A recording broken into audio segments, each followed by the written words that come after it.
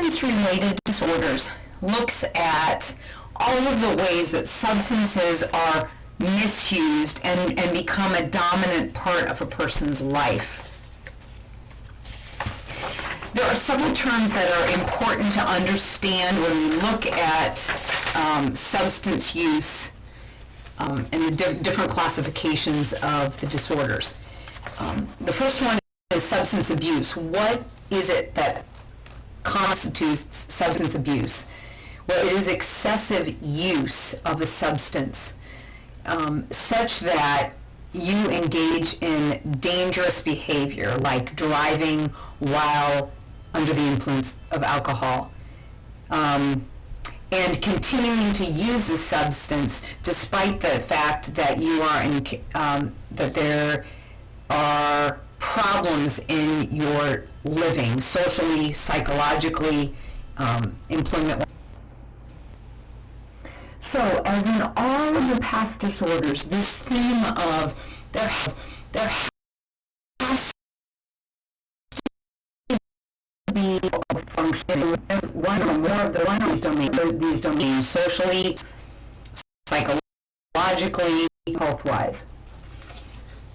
Substance dependence has to need more and more of the same effects. That buzz, that buy that you have to take. So again, dependence is based on a physiological need for that. Not just you're just in your mind you think about it. And dependence relates to tolerance and withdrawal. In other words, when you have substance dependence, you see tolerance, often have withdrawal. So tolerance, like I said, the need for the same results, the same. Withdrawal is when there are symptoms related to no longer used substance. Serious withdrawal symptoms like debate around whether it be ardence, but a lot of people do have kind of headaches or something, and we would say that it's evidence that there is actually withdrawal from even caffeine use. So some of the demographics of alcohol abuse and dependence, again, one of the areas that have been most widely studied. So being is looking at, again, not all of this is about abuse or dependence, but even just patterns of alcohol usage. So in recent surveys, there is evidence that half of 18-year-olds and older drink. This is again in this country. That 23% of Americans who are 12 and over report binge drinking, and 16.7% of those would be considered heavy drinkers, meaning they drink nearly every day, they drink a lot at a time. 12% of those 12 years and older have report driving under the influence in the past year. That's pretty astonishing. That's one in eight people have reported that, and that's likely. We often assume that when you ask people to report things that are illegal or immoral or unethical, we assume that some people aren't honest, so it's probably even more than that. And the use of alcohol, particularly abuse of alcohol, is often related to accidents and violence in using of vehicles, taking people's lives, physical assault, and rape. So that becomes a risk factor for doing other.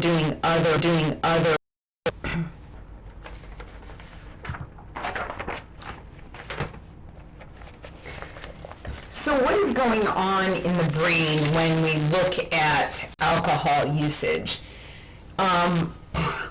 You can see here that there are reward centers that are involved in the experience of pleasure. So that's why do people use substances? Because it does feel good, but it also impacts memory. It reduces pain. It impacts coordination, which of course has often very negative outcomes in terms of operating vehicles. It has a significant impact on vision, sensation, again, movement and coordination. So what we find is that there are low level.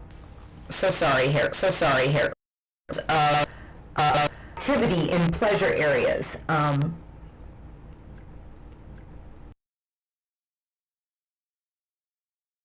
In order to experience pleasure. High levels. Okay. So when you use a little bit of alcohol, it actually is pleasurable. And we have an activation of the reward areas. High dosages, after, particularly once the alcohol gets into your system, it has a depressing function. So leads to poor judgment, poor impulse control, poor motor control. It decreases sexual functioning and shows memory impairment as well. With it dosages see this depressing function. And also highly implicated is this VTA over here, which is ventral tegmental area. Part of a system here that you can see with the nucleus accumbens and the prefrontal cortex.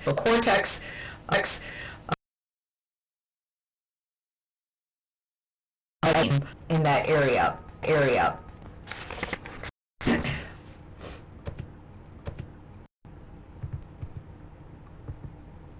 Sorry here. So what we also see is that with chronic use, many negative outcomes. Number one, there's liver damage that occurs, and there's ongoing deficits that lead to cognitive impairment, of physical problems that can be irreversible. There's a psychosocial impact where generally a fatigue, depression, irritability, poor judgment when they're not. So this is again kind of a chronic buildup of a response to excessive alcohol use. We also, with extreme alcohol abuse, and some people that line will be earlier than others, especially if you have alcohol abuse in your family history. We see psychoses.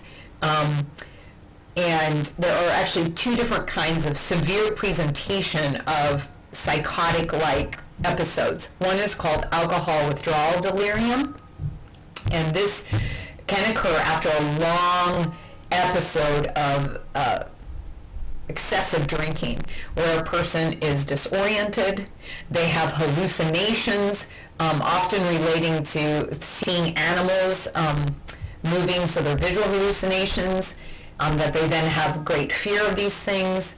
They have physical tremors, fever, perspiration, followed then by days, 3 to 6 days of really deep sleep.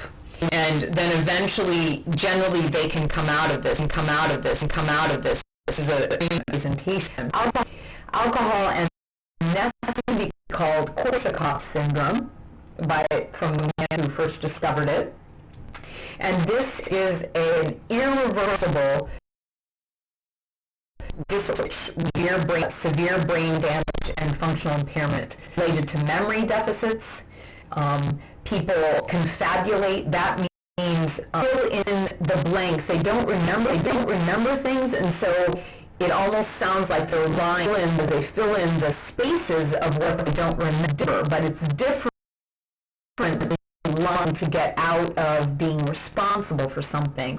and that's called confabulation. Unable to recognize people for your things. There's a case study of a farmer who had been a farmer, a dairy farmer his whole life, and he knew his cows well, but when he had Korsakoff syndrome, he could no longer remember his cow's name. Sexual declines, problems with planning and decision-making, and emotional problems as well. It's related to cortical lesions diffusely in the brain, as well as the mammillary bodies are permanently damaged. And it's also related to an extreme deficit of vitamin D. And as I said, it is irreversible.